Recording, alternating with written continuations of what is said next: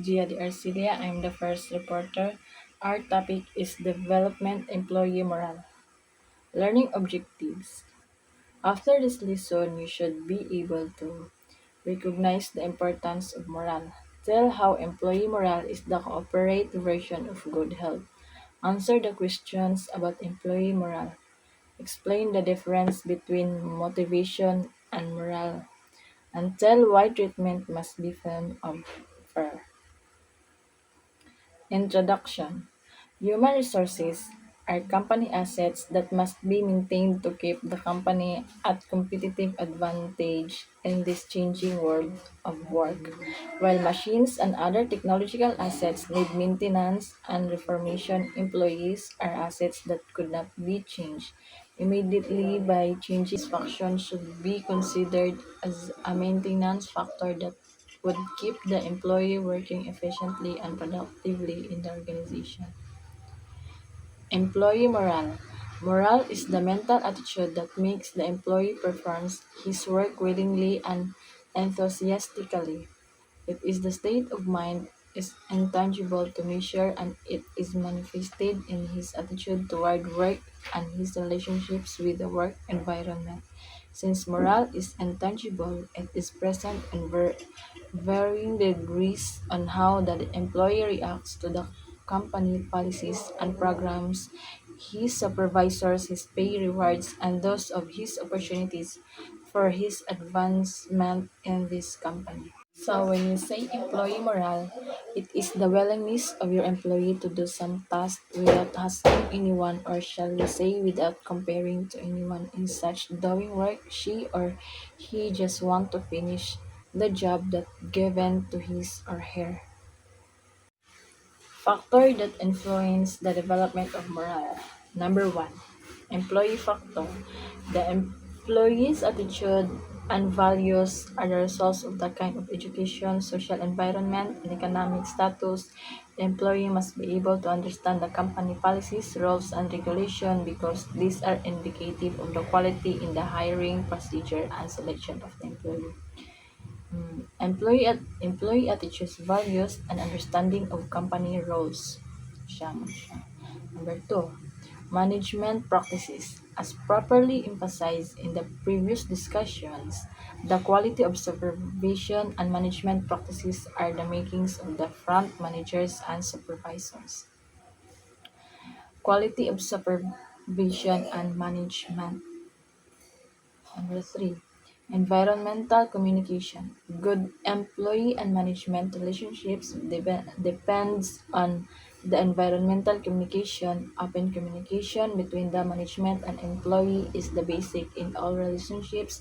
The different levels in the organizational structure must open the communication channels from the top management to the lowest channels, which are the people down the line. Social and environmental factors, external social influences on employee or well-being. The following are the requirements of effective communication.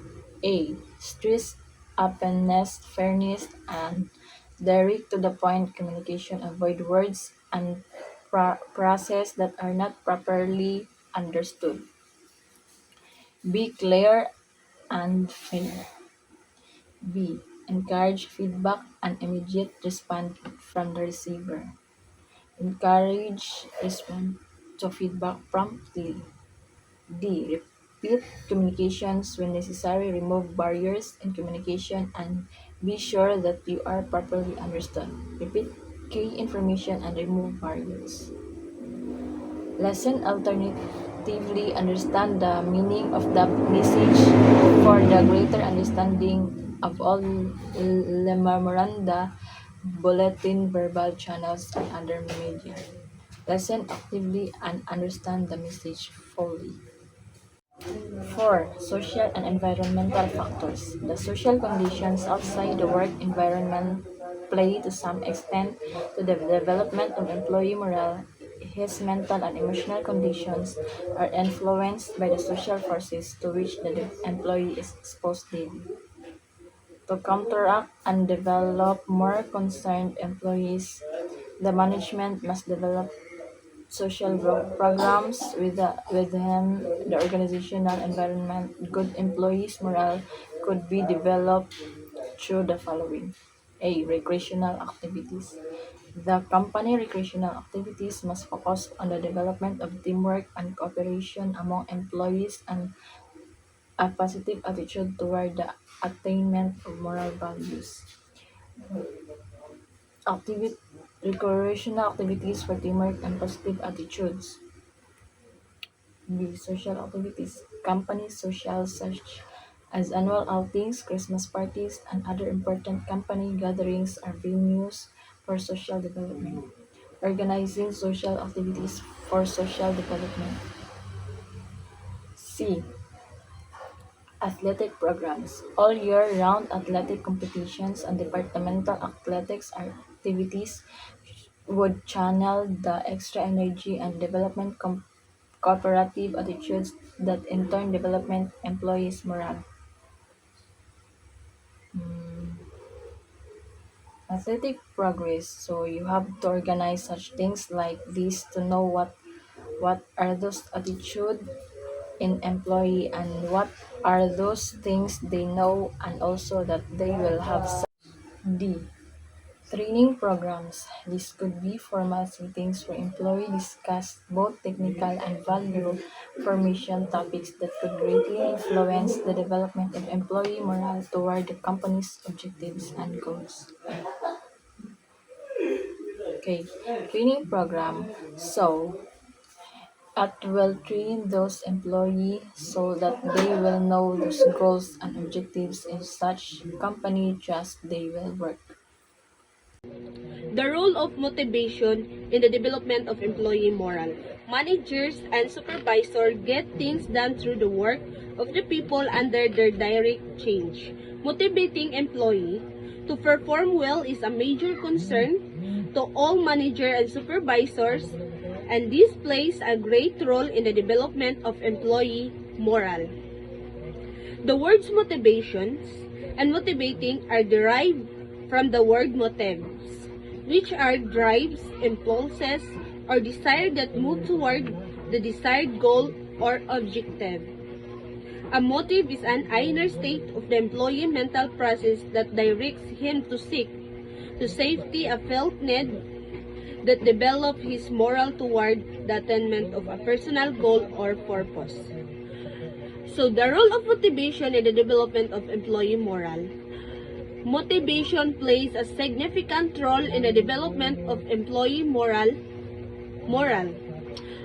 There are positive impact ani, which is boost a job satisfaction, increase engagement, enhance productivity, and the last is foster creativity.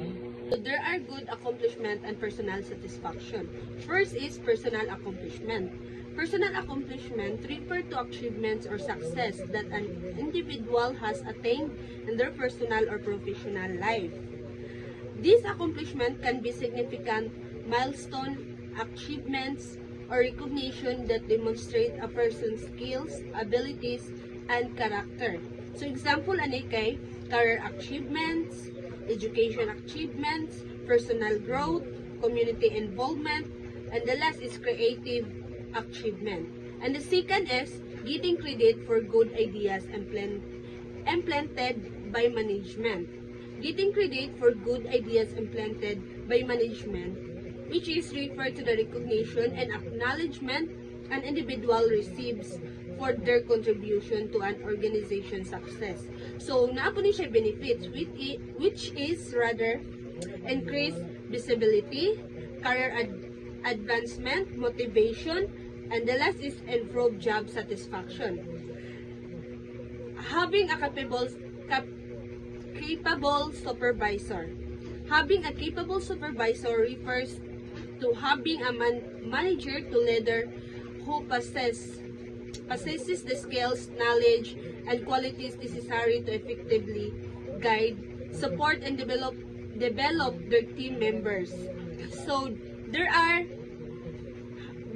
key characteristics, which is strong communication skills, leadership skills, technical expertise, coaching and development, and the last is problem-solving skills.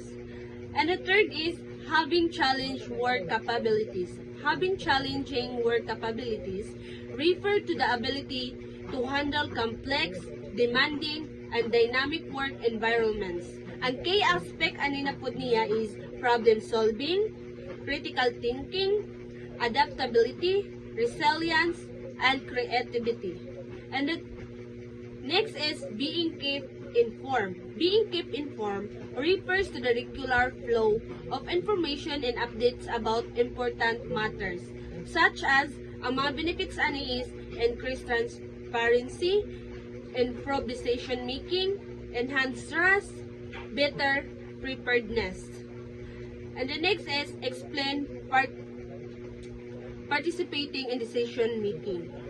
So, participating in decision making refers to the process of contributing to the influencing decisions that affect an organization, team, or project. So, napdi siya benefits, which is, ang benefits niya is increase engagement, improve decisions, enhance ownership, better communication. And company location and ability and transport. Company location and ability in transport refer to accessibility, proximity, and the last is visibility. Knowing the parameters of what is expected of them. Knowing the parameters of what is expected of them refers to having a clear understanding. There are four aspects, which is job responsibilities, performance expectation, boundaries and limitation, goal and objectives. And the last is improving self-perception. Refers to the process of developing a more positive and realistic view of oneself. There are four aspects, which is self-awareness, self-acceptance, self-confidence, self-compassion. Theories of motivation that affect moral and performance. Theories of motivation that affect moral and performance are frameworks that explain what drives individuals to behave in certain ways, influencing their motivation, moral, and performance in the workplace. These theories help organizations understand how to create a work environment that support employee motivation, engagement, and productivity. Improving employee self-perception. People in an organization are the very backbone of its existence. Organizations are made up of people with values, perception, and aspiration, and work together for that common good or purpose organizationally and personally. So, the most common are the following self-perpetual models. First is factor of production approach.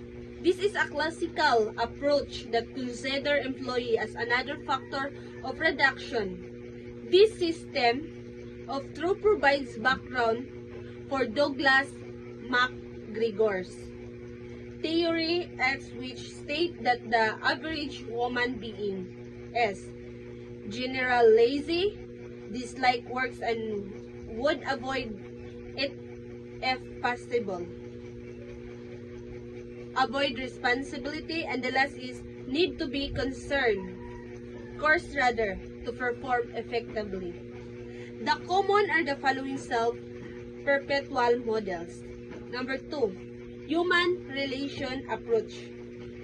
The Hawthorne experiment and other researchers emphasize the concept that people are human and would like to be treated as such. The model for this management method is employee participation, job satisfaction, and increased productivity. This model is similar to the concept of MacGregor's theory Y, that people like to work and consider it normal as in play, have the initiative and only need to be motivated, have ability and capability to do work. And the last is accept responsibility and enjoy working with a team. Number 3, human resources approach. This approach views the productivity of the employee as an economic resource of an organization. Performance is viewed and measured by the economic criteria of productivity, efficiency, effectiveness, cost, and probability. And the employees themselves, the relationship with the members of the organization having a dignity, worth, and value. Thank you. How a supervisor can motivate. When employees find their work interesting, they are more likely to give their full attention and enthusiasm. Work is interesting when it has variety and allows employees some control over what they do. The following are some work-related motivation for employees. Number 1, job rotation. Job rotation involves moving an employee from one job to another to give him more variety. This requires an employee to have broad skills so that he can be assigned to the other job that fit his skills and qualification. And number 2, cross-training. This could be related to job rotation. The employee must be provided with other training program to acquire new skills. Learning new skill will serve motivating factor for an employee to perform other jobs. Number 3, job enlargement. Job enlargement, it is an effort to make a job more interesting by adding some duties.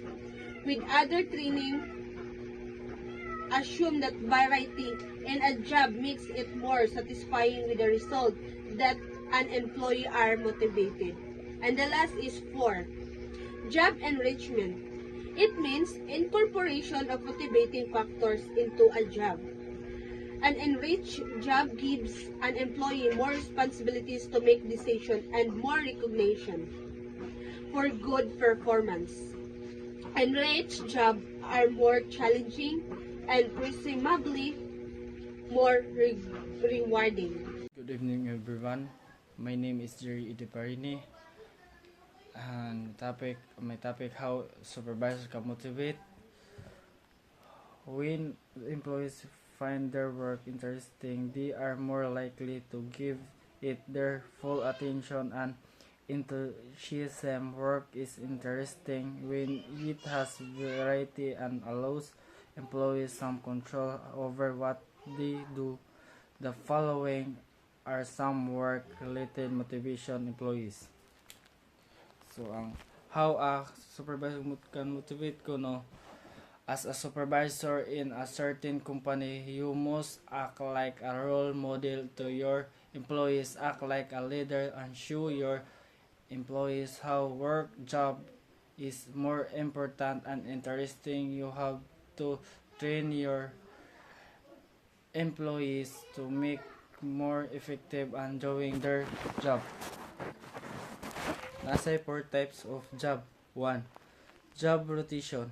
Involve moving an employee from one job to another to give him more variety. This requires an employee to have broad skills so that he can be assigned to other jobs and fit his skills and qualification.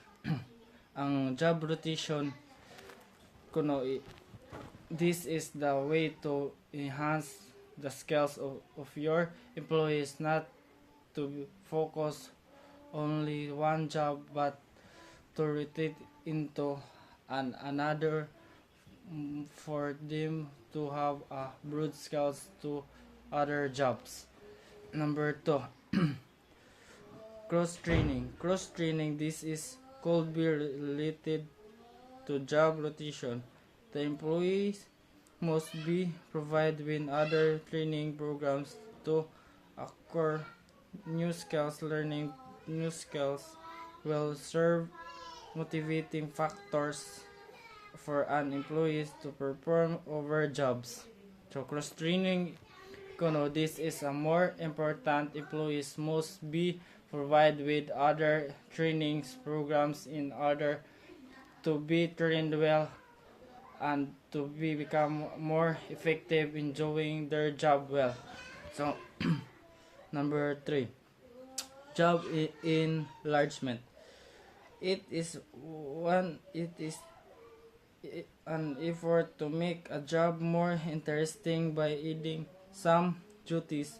This approach assumes that variety in a job makes it more satisfying when the result that an employee is more motivated. Job enlargement, this is simply means that employee should not only focus on one job. Supervisor needs to add other duties to be more interesting and more satisfying. Number 4, job enrichment. It means incorporation of motivating factors in a job. An enriched job gives an employee more responsibilities to make decisions and more recognition for good performance. Enriched jobs and more challenging and presumably more rewarding. Job enrichment kay this simply means that supervisors should also give rewards and recognition to these employees having good performance and doing their job well. Having high expectation. Effective supervisor can lead performance beyond an employee's expectation of himself. When you expect him to do a lot, the more output is achieved, and when little is expected, then little is achieved. So, having high expectation if you a good supervisor, then you expect high performance of your employees. Provide employees rewards that are value. Rewards are motivating factors for an employee to perform, but not all rewards have the same effect on one employee. This is the supervisor challenge it to determine what rewards will work for a particular time.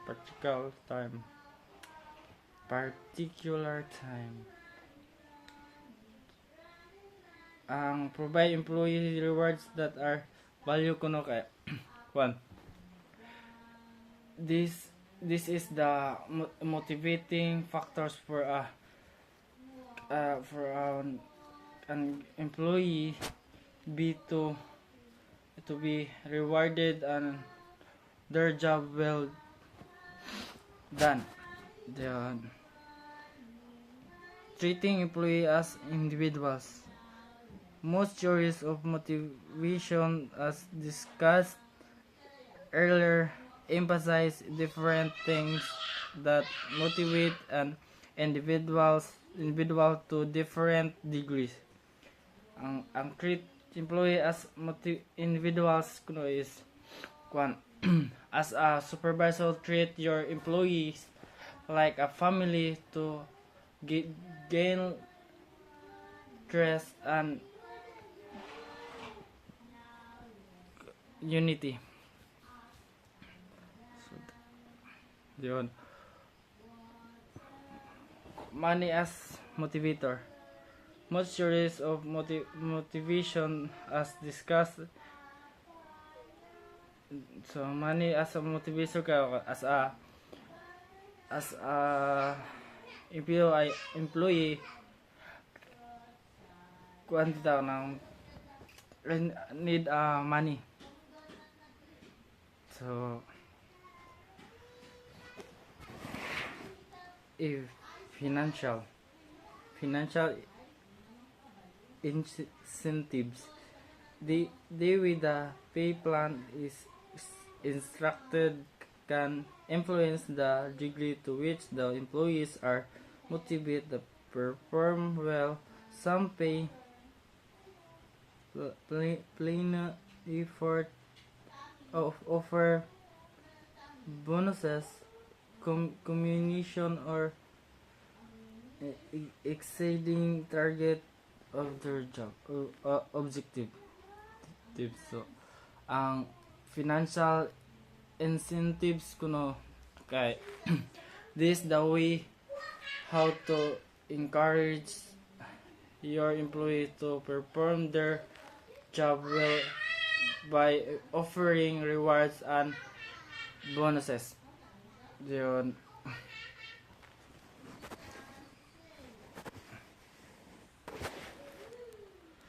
B. Pays and production bonus.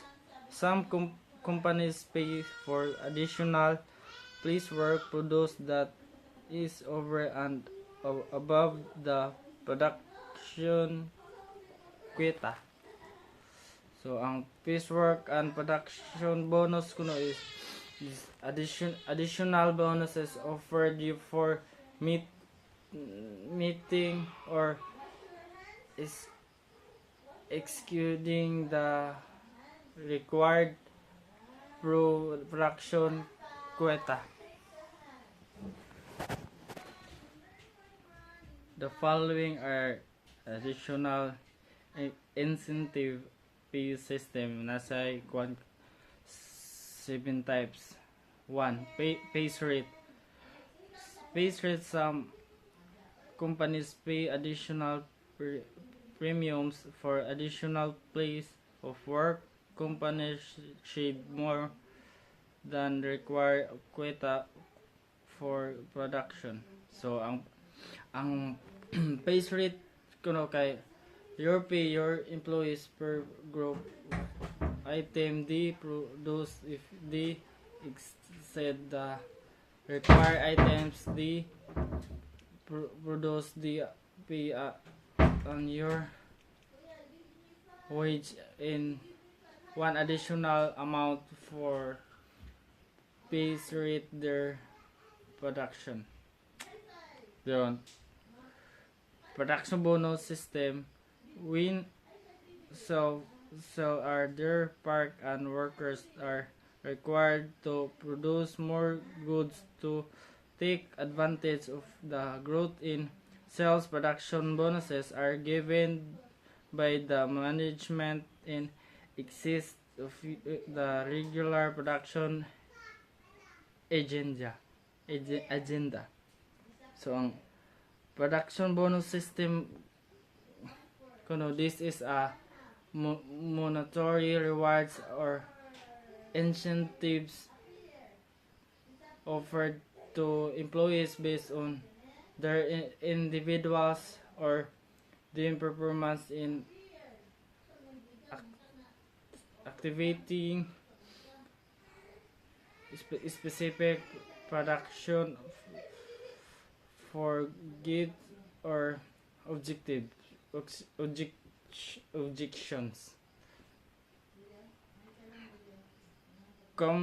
Commissions. Commission number 3. Commissions. These are incentives usually given to salespeople who sold goods or service more than the required quota. So number 3, commission. Commission ko is payment of a percentage of sales given an employees or individuals more making a sales or thinking.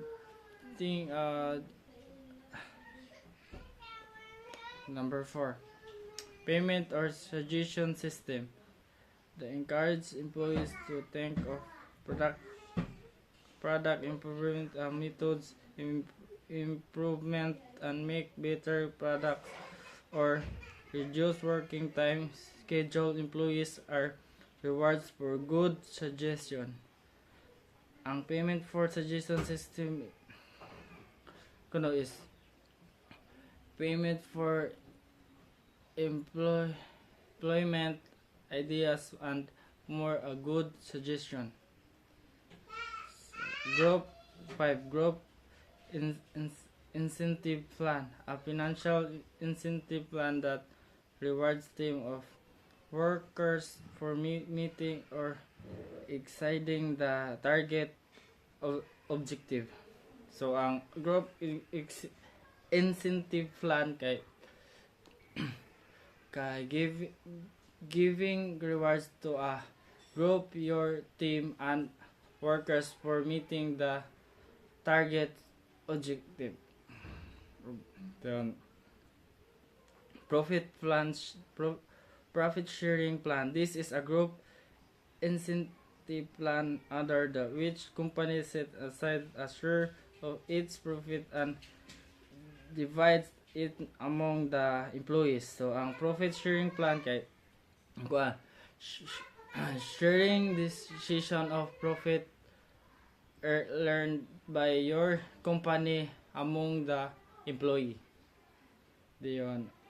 Gain sharing, this is a group incentive plan in which organize encourage employee to participate in making suggestion decision and then rewards the group with a share of improved earnings. So ang gain sharing encouraging employees to participate and sharing their ideas, suggestion and decision and giving rewards to B groups will share of earnings.